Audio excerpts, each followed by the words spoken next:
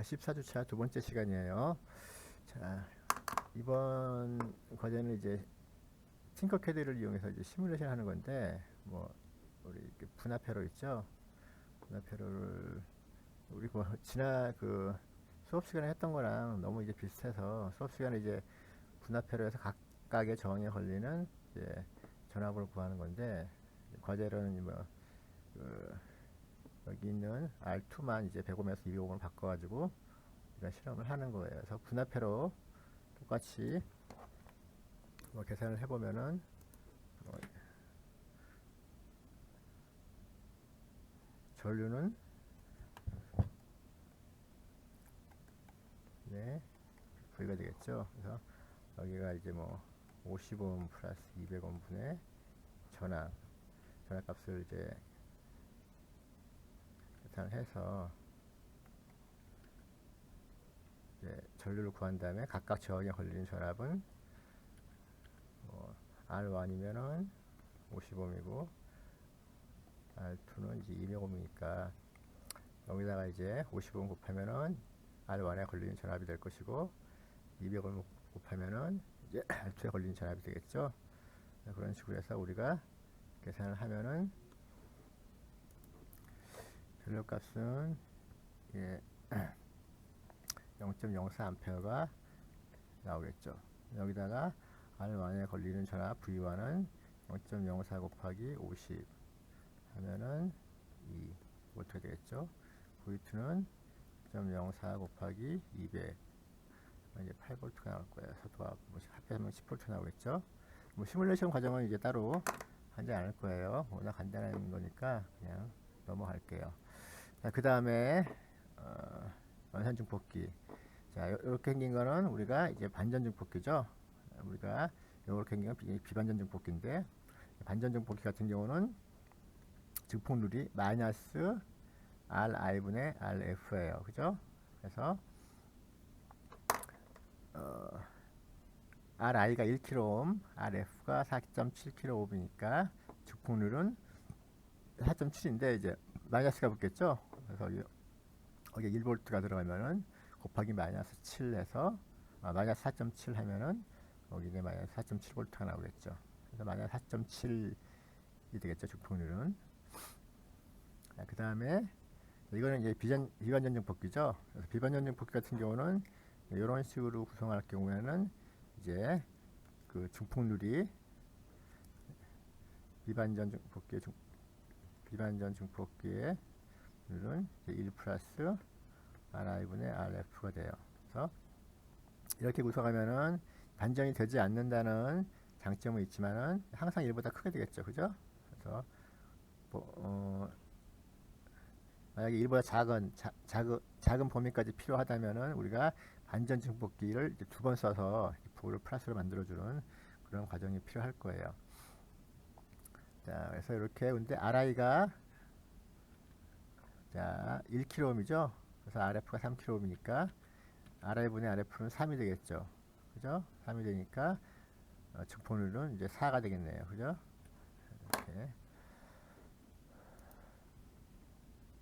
그 다음에 마지막 세 번째 실험은 이제 시뮬레이션 하는 건데 우리가 뭐 그 반전 증폭기, 변전 증폭기로 이제 시뮬레이션해서 이제 그 여러분들이 한번 확인을 해보는 건데 이거는 똑같은 거예요, 사실은. 그죠? 똑같은 거니까 그냥 여러분들이 실험을 해보고 굳이 값은 따로 계산하지 않고 실험을 해서 여러분들이 제출하는 걸로 되어 있으니까 뭐 그냥 간단하게 그냥 언급하지 않고 넘어갈게요.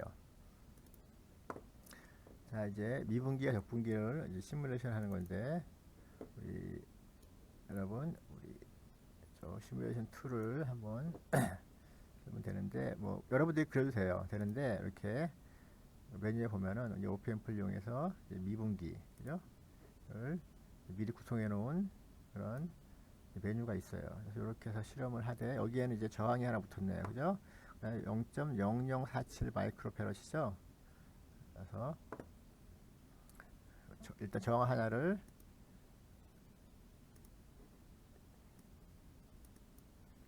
연결해야 되는데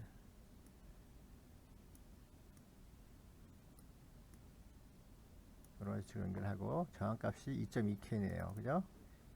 2.2K 이런 식으로 하고 그 다음에 0.0047이죠. 0.0047 마이크로페럿이에요. 이렇게 집어넣고 그 다음에 저항이 22K 그죠? 22K 그래서 그러면은 그 다음에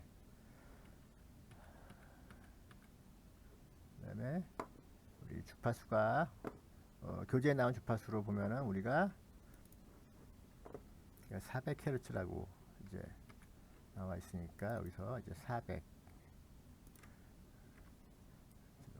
봅시다.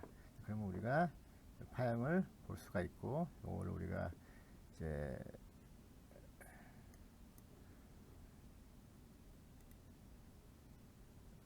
그래서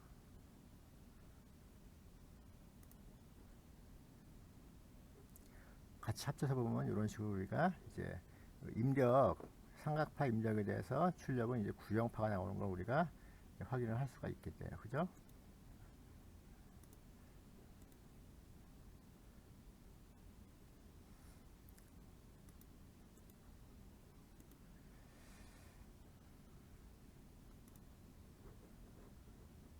그 다음에 그래서 이렇게 여러분들이 시뮬레이션 해서 이제 캡처해서 붙이면 되겠고 그 다음에 적분기는 이렇게 해서 우리가 마찬가지로 OPM 빼서 여러분들이 그릴 수도 있지만 OPM 빼서 적분기를 이렇게 만들어 놓은 게 있어요. 그죠? 이렇게 만들어 놔서 자 10kΩ이랑 100K 0.002 마이크로페럿이죠. 그러면은 느린 다음에 10kΩ 이걸 이제 10K로 바꿔줘요. 10kΩ 그 다음에 0.002 마이크로페럿이죠. 그래서 0.002 마이크로페럿인데 여기다가 이제 저항을 하나가 더 추가를 해야 돼요. 그래서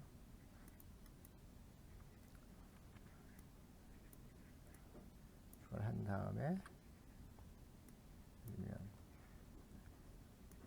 저항은 100K가 돼요. 그 다음에 주파수는 10kHz로 했으니까 10K 이렇게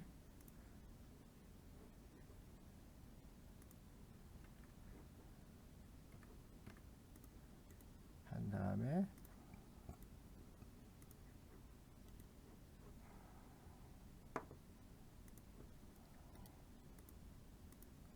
타임 스케일만 바꿔주면은 우리가 볼 수가 있는데 너무 빠르잖아요. 그죠?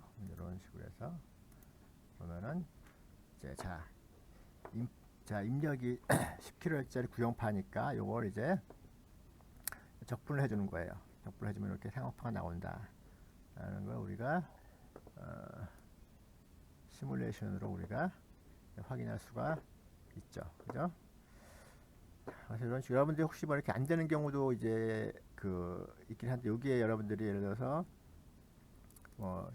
이게 이제 좀 아무래도 상문형 프로그램이 아니다 보니까 좀 오류가 있을 수가 있어요. 그래서 이쪽에 배드 커넥션이라는 에러가 나오면은 배선이 이렇게 좀 잘못되는 경우가 있어요. 그래서 여러분들 배선이 겹치지 않게끔 이제 문제 생기면은 다 지우고 이제 다시 하는 게 아마 더 빠를 거예요. 그래서 아무래도 좀 불안전한 프로그램이다 보니까 여러분들이 좀 오류가 있을 텐데 그럴 때는 그냥 다시 그리는 게 나아요. 그래서 그런 식으로 한번 여러분들이 쓰다 보면 좀 익숙해질 거예요.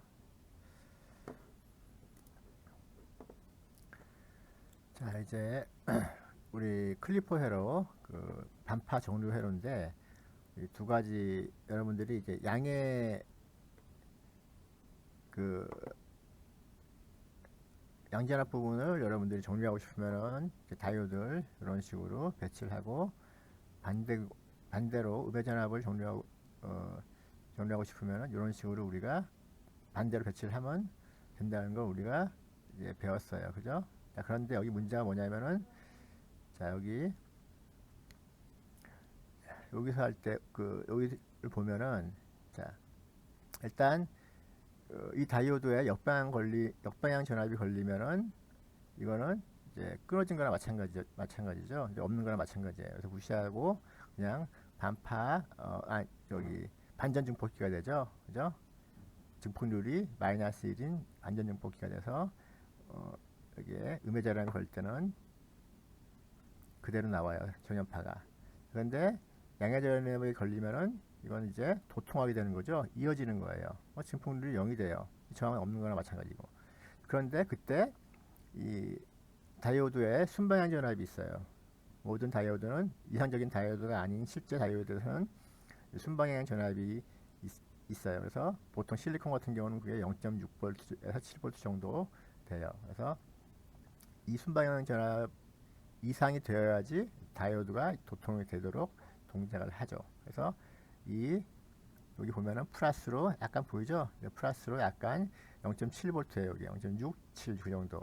그래서 넘어갈 때 비로소 도통이 되기 때문에 증폭률이 0이 돼서 그냥 플랫하게 나오는 거예요.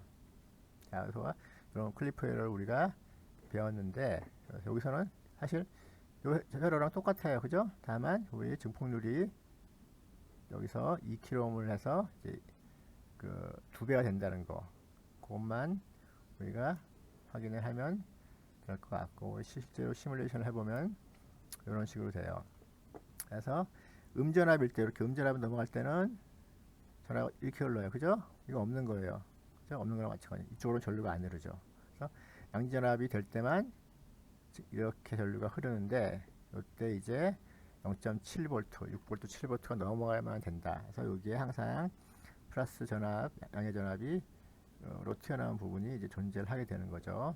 그래서 이렇게 해서 여러분들이 시뮬레이션을 해서 캡처를 해서 올려주면 됩니다. 그 다음에 이거는 우리가 앞에서 얘기했던 그 다이오드의 순방향 전압 강화에 의한 그런 불완전한 정두 파형을 이제 계산하기 위해서 두 가지를 우리가 한번 실험을 해봤어요. 그래서 이런 식으로, 그죠? 이런 식으로 우리가 다이오드를 배치하는 것, 또는 뭐 이런 식으로 배치하는 것을 여러분들이 공부했었죠? 그죠? 공부했어요. 그래서 이런 식으로 우리가 회로를 구성을 하게 되면은 우리 바로 전에 봤었던 이런 순방향 전압 강화에 의한 불완전한 파형이 이제 없어지는 걸 우리가 알 수가 있고, 완전하게 이제 반파 정류가 되는 것을 우리가 확인할 수가 있어요. 이런 부분은 여러분들이 이제 다이오드를 이용한 정류기와 연산증폭기를 이용한 정류기의 차이점. 그래서 연산증폭기를 이용한 정류기라고 하는 것은 이런 식으로 우리가 이제 개선된 정류기 회로를 이제 의미하는 거예요. 이런 식으로, 그죠?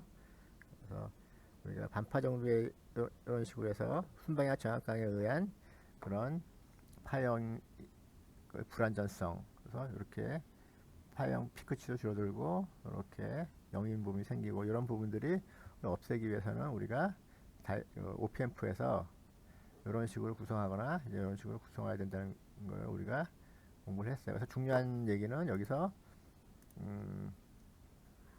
다이오드의 순방향 정압 강화라는 말이 꼭 이제 들어가겠죠. 그래서 그런 핵심 내용을 이제 확인을 해서 여러분들이 앞에 나온 대로 찾아서 기술을 하면은 이제 문제가 없어요. 이런 식으로 여러분들이, 그러니까 이 회로나 동작 원리를 이제 설명하면서 이제 다이오드 순방향 전압을 이제 언급을 실제 쓸 때 사용하는 다이오드의 순방향 전압을 이제 언급을 해서 회로를 동작하는 그런 동작을 설명하는 그런 내용을 써주면 돼요. 그 다음에 이제 마지막 내용은 뭐 똑같은 내용이에요. 우리 방금 전에 얘기했던 개선된 반파 정류 회로를 우리가 시뮬레이션 해보고 실제 동작을 하는지 이제 확인해 보는 그런 내용이고, 이제 과제는 없으니까 여기는 7주차는 이렇게 하고 마무리를 할게요. 자, 8주차에는 우리가 이제 반도체에 대해서 공부를 했어요. 반도체의 기본 원리, 반도체의 밴드갭, 그죠? 밴드갭, 그리고 도핑하는 거, P타입으로 도핑하느냐, N타입으로 도핑하느냐. 다음에 도핑된 반도체를 우리가 접합시키는 부분, 그죠? PN 접합이라고 하죠. PN 접합으로 만든 소자가 이제 다이오드죠. 그래서 다이오드의 그 공필층에 대해서 공부를 했고, 그 다음에 다이오드의 역방향 전압이 어느 이상 걸릴 때 전류가 흐르는 현상, 그죠? 항복이라 그러죠. 브레이크다운, 그죠? 항복에는 왜 두 가지 종류가 있어요. 제너 브레이크다운하고 이제 어벌런치 브레이크다운 두 가지 공부를 했어요. 그래서 이 항복 현상을 이용해서 우리가 만든 다이오드를 이제 제너 다이오드라고 이제 하죠. 그 다음에 우리가 그 PN 접합이 아니라 이제 PNP, NPN 접합, 그죠? 이런 식으로 해서 우리가 트랜지스터를 구성을 했었죠. 그래서 동작 원리에 대해서 공부를 했어요. PNP, NPN은 이제 이중 접합, BJT라고 하는 트랜지스터의 일종이에요. 그래서 최초로는 이제 BJT가 제일 처음에 발명되고 상용화가 됐죠.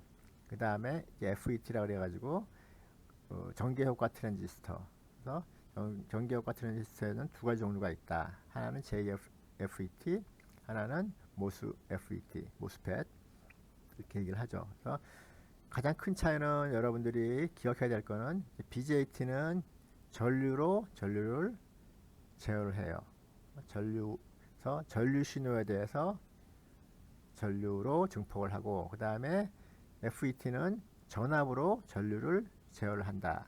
전압 신호가 전류로 이제 바뀌어서 증폭이 된다. 이런 식으로 여러분들 큰 차이가 있어요. 가장 핵심 차이예요. 물론 다른 여러 가지 세세한 차이가 있지만 가장 핵심은 이제 전류 제어냐, 전류로 전류를 제어하느냐, 아니면 전압으로 전류를 제어하느냐, 그 차이예요. 그래서 여러분들이 그 동작 원리랑 각각 JFET랑 뭐 모스펫이랑 동작 원리랑 이제 그 기호 같은 거 사용법에 대해서 이제 배웠어요. 그래서 자, 과제를 한번 풀어봅시다. 이제 이거는 이제 제너 다이오드에 관한 내용이에요. 그래서 제너 다이오드는 이제 항복 전압, 그죠? 다이오드는 역방향 전압이 어느 이상 될 때 전류가 흐르는 그런 모든 다이오드가 이제 그런 특성을 가지고 있는데, 이제 제너 다이오드는 이걸 이용해서 그 다이오드 자체가 이제 전류 아주 그 전압의 미세한 변화에 대해서 전류는 거의 변하지가 전압에 이제 변하더라도 전류는 이제 거의 변하지 않은 이제 그런 특성을 가지고 있어요. 이상적인 경우는 이게 무한대죠, 기울기가, 그죠?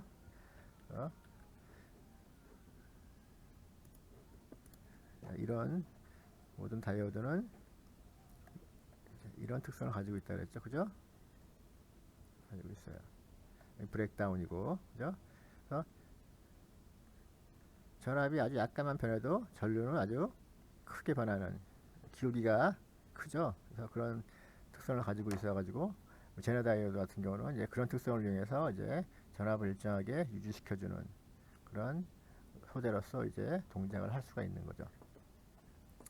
그래서 자, 그럼 제너 다이오드의 항복 전압이 5V다는 얘기는 여기에 역방향 전압이 5V가 걸리면은, 제너 다이오드는 순방향으로는 안 써요, 그죠? 역방향으로 5V 걸리면 전류가 그때부터 급격하게 흐르기 시작한다. 이제 그런 뜻이에요, 항복 전압이. 자, 그러면은 부하저항 RL에 흐르는 전류 IL과 다이오드에 흐르는 전류 IZ를 구하시오. IL과 IZ.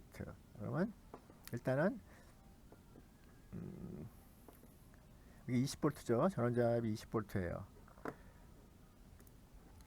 그런데 이게 5kΩ이니까 만약에 이 다이오드가 없으면은 이 점의 전위는 어떻게 될까요? 10V죠.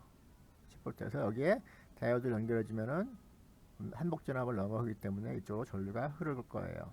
자, 그렇게 될 때 이 점의 전류는 이 점의 전위는 항상 이제 5V를 유지하겠죠. 5V 넘어가면 안 되니까. 넘어가면 다 그 이상 넘어가는 부분에 대해서는 다 이쪽으로 전류가 흐르기 때문에 이쪽으로 전류가 흐르지 않아요. 초가분에 대해서는. 그래서 여기는 항상 5V를 일정하게 유지를 하는 거예요. 그렇게 되면은 우리가 부하장에 흐르는 전류는 어떻게 되는가? 일단 기본적으로 여기는 무조건 5V니까 이 IS를 일단 구할 수가 있겠죠. IS는 어떻게 될까요? 여기 5V니까 양단에 이 저항 양단에 걸리는 전압은 15V겠죠. 그러면 IS는 몸의 법칙 이용해서 5kΩ분의 15V니까 3mA가 될 거예요. 3mA. 그럼 여기 3mA예요. 자, 그 다음에 여기 5V라고 했으니까 5V에 이 저항 양단에는 5V가 걸리는 거죠. 그러니까 요 IL은 얼마가 될까요? 몇 mA가 흘릴까요? 1mA죠. 5kΩ분의 5V니까 이쪽은 1mA가 흐를 거예요. 나머지는 어떻게 돼요? 여기 3mA가 우리 킬리오페어 전류 법칙에 의해서 3mA가 들어갔는데 들어간 전류와 나간 전류가 같아야죠. 근데 이쪽에서 1mA가 흐르니 다이오드에 흐르는 전류는 이제 2mA가 되겠죠. 그죠? 그래서 부하 IL은 1mA, 다이오드에 흐르는 전류 IZ는 이제 2mA가 될 거예요. 이럴 때 전환 전압이 25V 바뀌었어요. 25V로 바뀌면은 어떻게 될까요? 여기는 항상 5V라 했죠. 그러니까 여기 이게 25가 되면은 요 흐르는 IS 요 R을 흐르는 IS 전류 IS는 25 빼기 5V 해서 20V가 될 거예요. 그러면 IS가 이제 4mA 되겠죠. 이제는 3mA에서 4mA로 바뀌는데 이쪽에는 이게 5V니까 항상 1mA 흘러요. 왜? 항상 이게 5V니까.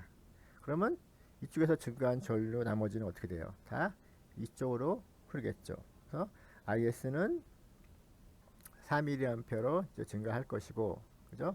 이때 IL은 변하지 않아요. 그냥 1mA. 그 다음에 IZ는 2mA에서 3mA로 커져요. 그래서 항상 일정한 전압을 유지시켜주는 그런 전압 레귤레이터 비슷한 역할을 하는 거예요. 그래서 어떤 지금은 저항으로 되어 있지만 나중에 이 뒷단에 여러분들이 어떤 과전압이 걸리지 않도록 보호하고자 하는 회로가 있을 때 이렇게 제너 다이오드를 쓰면은 아주 간단하게 보호를 할 수가 있어요. 그래서 뭐 레이저라든지 아니면 뭐 다른 과전압을 방지해야 될 필요가 있는 소재라든지 그런 회로가 있으면은 그 앞단에 이렇게 다이오드 제너 다이오드를 여러분들이 원하는 항목 전압에 해당하는 제너 다이오드를 이렇게 이런 식으로 거꾸로 항상 거꾸로 부착을 해주면은 초과되는 전압분에 대해서는 그 전류가 다 제너 다이오드로 흘러져서 이쪽에는 과전류가 흐르지 않도록 이제 보호를 해주는 거예요.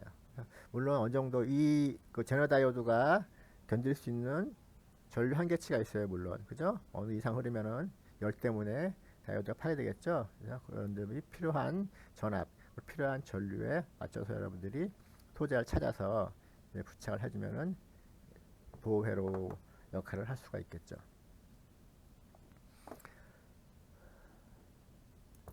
자, 그 다음에 우리 트랜지스터의 바이어스 회로에 대해서 배웠죠. 자, 이건 무슨 트랜지스터라 했죠? 이거는 JFET죠. 모스펫은 게이트가 채널이랑 절연되어 있어요. 그죠? 절연되어 있어서 기호 자체가 이런 식으로 다 떨어져서 표시가 돼요. 그래서 이런 식으로 붙어 있는 건 여러분들이 다 JFET예요. 그래서 정션, 전개효과, 트랜지스터. 그리고 여기 이제 안쪽으로 들어가 있죠. 그러니까 N 채널이에요. 우리 이런 식으로 그죠? 이게 N 채널이에요. P에서 N 쪽으로 전류가 흐른다 하는 표시로 이제 그 화살표를 표시를 하는 거예요. 실제로 여러분들이 근데 여기에 플러스를 걸어서 사용하면 안 된다 그랬죠. 그래서 JFET에서는 여기다 플러스 걸면 안 돼요. 그죠? 표시만 이렇게 하는 거야. 실제로 여기다 플러스를 걸면 안 되고 항상 마이너스 전압으로 사용을 해야 돼요. 플러스를 걸면은 망가질 수가 있어요. 그죠? 절대 안 돼요. 그래서 공핍증을 이용해서 우리가 전압을 이용해서 우리가 전류를 컨트롤하는 그런 구동 원리에 대해서 배웠어요. 그래서 모든 트랜지스터 마찬가지지만 우리가 이제 바이어스를 해줘야 돼요. 바이어스를 해서 그 점을 중심으로 우리가 신호를 증포를 한다든지 하게 되는데, 자, 이게 그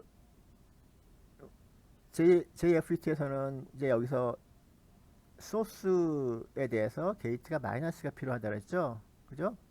플러스를 하면 안 된다 그랬죠. 근데 그렇다고 해서 마이너스 전원을 따로 사용하기는 이제 너무 불편하고 그러니까 이런 식으로 해서 우리가 그 게이트 전압을 소스 단자에 대해서 마이너스가 되도록 만들어 준다 라고 한 거예요. 그죠? 자, 그러면 어떻게 이런 식으로 이제 전압 분배를 해서 만드는데, 자, 우리가 한번 문제를 풀어봅시다. 그래서 드레인 전류 ID를 구하시오. 그러면은 우리 VD가 이게 7V죠. 7V예요. 7V면은 요 RD 양단에 걸리는 전압이 이제 5V가 되겠죠.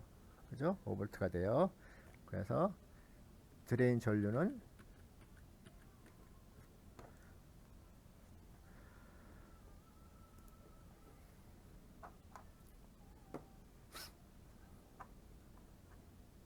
드레인 전류는 3.3kΩ이라고 그랬죠. 드레인 연결되어 있는 전압이 3.3kΩ이고 12V인데 드레인의 전압이 전위가 7V니까 계산하면 대략 1.52mA쯤 돼요. 그러면 드레인 전류가 1.5mA인데, 자, 그러면은 1.5mA고, 자, 그 다음에 우리가 이제 게이트와 소스, 그죠? 요 게이트의 전압과 요 전압 차이를 구하는 거예요. 그죠? 자, 그러면 우리가 일단 요 전압을 구해야겠죠? VS가 얼마인가? 이 점의 전위가 어떻게 되는가를 구해야겠죠. 그러면 우리가 전류는 이렇게 흐르죠. 이쪽으로는 전류가 흐르지 않아요. 공피침이기, 마이너스 전압이 걸렸기 때문에 이제 공피증을 이용해서 채널을 조절하는 거기 때문에 이쪽으로 전류가 흐르지 않아요. 이렇게 게이트로는 전류가 흐르지 않아요. 그래서 전압을 이용해서 이 전류를 컨트롤하는 소재라 그랬죠. 그죠? 이쪽으로 전류가 흐르지 않아요. 그러니까 모든 전류가 이쪽으로 흐를 거예요. 그러면은 요 RS 양단에 걸리는 전압은 우리가 ID가 1.52mA라고 했죠. 그러니까 이 양단에 걸리는 전압은 1.52 곱하기 2.2 하면 될 거예요. 그죠? 그래서 VS는 1.52mA 곱하기 2.2kΩ이 될 거예요. 여기 계산을 해보면 3.33V가 돼요. 자, 그러면은 3.33V죠, 이게. 그 다음에 여기서 게이트 단에는 어떤 전압이 걸리냐면 12V죠. 0V죠. 그래서 이 중간 전압이 걸릴 거예요. 그래서 이건 전압 분배 회로죠. 간단하게 구할 수가 있죠. 이 전압은 VG는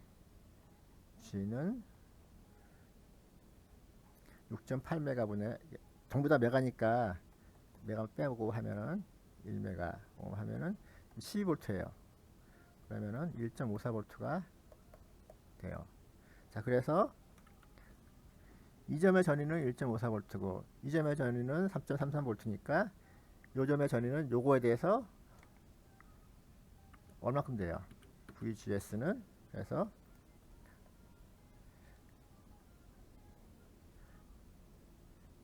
VG 빼기 VS예요. 그래서 1.54 빼기 3.33 하면은 대략 마이너스 1.79V가 되겠네요. 그죠? 여기는 3.33V가 되고 여기는 1.54V가 되니까 여기에 대한 여기 전위는 이게 이 전위가 이거보다 낮죠? 그러니까 마이너스죠? 그래서 이런 식으로 해서 우리가 마이너스 전원 없이 마이너스 그 바이어스를 걸어서 이제 사용을 하는 거예요. 이거는 그 꼭 JFET에만 해당되는 게 아니고 모든 여러분들이 트랜지스터에는 이제 바이어스 회로를 구성을 해야 되는데, 물론 이제 바이폴라 같은 경우는 이제 항상 전류를 하는 거니까 플러스 바이어스를 걸지만 그 오스펫 같은 경우도 이제 마이너스 바이어스를 걸어야 될 때도 있죠. 그죠? 그럴 때 우리가 이런 식으로 구성을 해서 사용을 합니다. 그래서 8주차 퀴즈는 이렇게 마무리하고, 두 번째 시간은 여기서 이제 끊고 좀 쉬었다가 우리 세 번째 시간 들어갑시다.